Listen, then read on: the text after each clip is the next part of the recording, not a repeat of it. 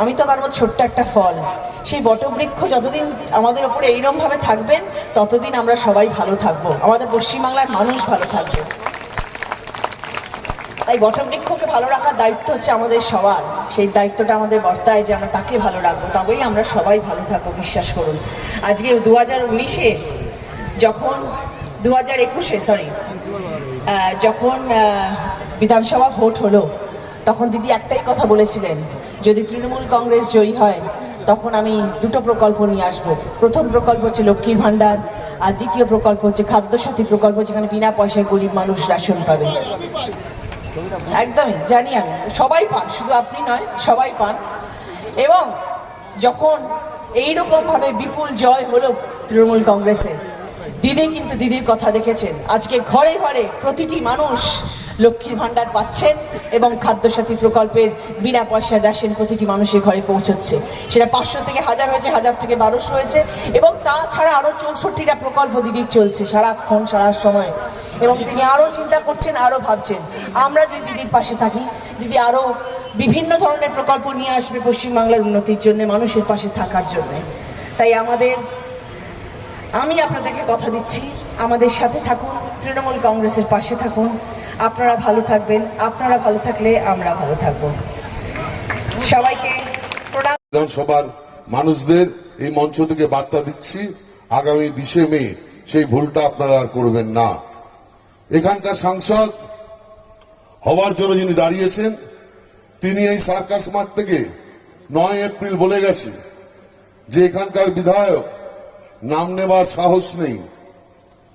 আমার নাম নেবার সাহস আছে, কিন্তু ওই নাম আমি উচ্চারণ করতে চাই না। কারণ যে মানুষের আশীর্বাদে, মানুষের দোয়ায় এখান থেকে জয়যুক্ত হয়েছে, মানুষের প্রয়োজনে 5 বছরে তাকে যখন এক মুহূর্ত পাওয়া যায় না, আমি একজন জনপ্রতিনিধি হয়ে ওই ধরনের জনপ্রতিনিধির নাম আমি জীবনে উচ্চারণ করব না। আর উনি ভয় আমার নাম উচ্চারণ করেননি এবং বলে গেছেন যে এখানকার বিধায়ক নাকি চন্দননগরের বুকে 18 কোটি টাকা দিয়ে একটা বাড়ি করে রয়েছে। আমার একটাই প্রশ্ন ওনাদের, এবং এই মাইকের আওয়াজ যেখানে যেখানে যাচ্ছে তাদের কাছেও বলছি, ওনাকে আগে জিজ্ঞেস করুন যে 18 কোটিতে কটা শূন্য হয় সেটা জেনে নিতে। আর ধরে নিলাম আমি 18 কোটি টাকা করেছি, হ্যাঁ করেছি। আমি আজকে এখানে মঞ্চ থেকে ঘোষণা করে যাচ্ছি, এর আগেও 2-1টা মিটিংয়ে আমি বলেছি, এখনো পর্যন্ত খোঁজ পাইনি।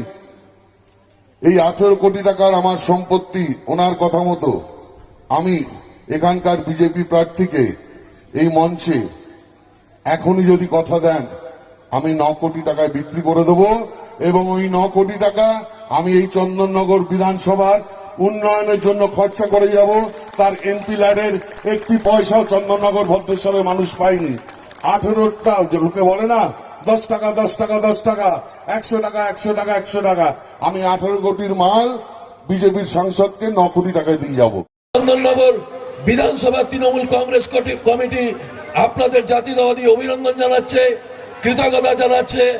আমরা সরাসরি এবার আমরা প্রথমেই আমাদের পক্ষ থেকে মাননীয় প্রার্থী রচনা বন্দ্যোপাধ্যায়কে বরণ করে নেব।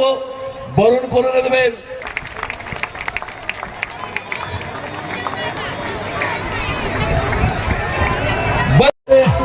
আমাদের সভাগৃহে প্রবেশ করছে, সভাগৃহে প্রবেশ করছে,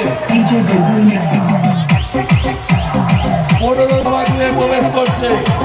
খেলা হবে, খেলা হবে। 33 নম্বর ওয়ার্ডে আমাদের রামকৃষ্ণ মজুমদার এবং আমাদের প্রিয় কাউন্সিলর শ্রীমাদির নেতৃত্বে এক Sanjeevani health care nursing home, Shiakhala Furfura শরীফের পাশে, শ্রীপতিপুর, হুগলি। সমস্ত চিকিৎসার উন্নত মানের পরিষেবা দেওয়ার জন্য আমরা রয়েছি আপনাদের পাশে। Emergency, ICU, cardiology, nephrology, orthopaedic surgery, onco surgery, general medicine, physiotherapy, neuro medicine, dialysis, neuro surgery, শিশু সুরক্ষা, গাইনোকোলজিস্ট বিভাগ, ক্যাশলেস পরিষেবা, স্বাস্থ্যসাথী সহ যে কোনো হেলথ স্কিম, মেডিক্লেম গ্রহণযোগ্য। এছাড়া স্বাস্থ্যসাথী কার্ডের মাধ্যমে সম্পূর্ণ বিনামূল্যে সার্জারির সুব্যবস্থা।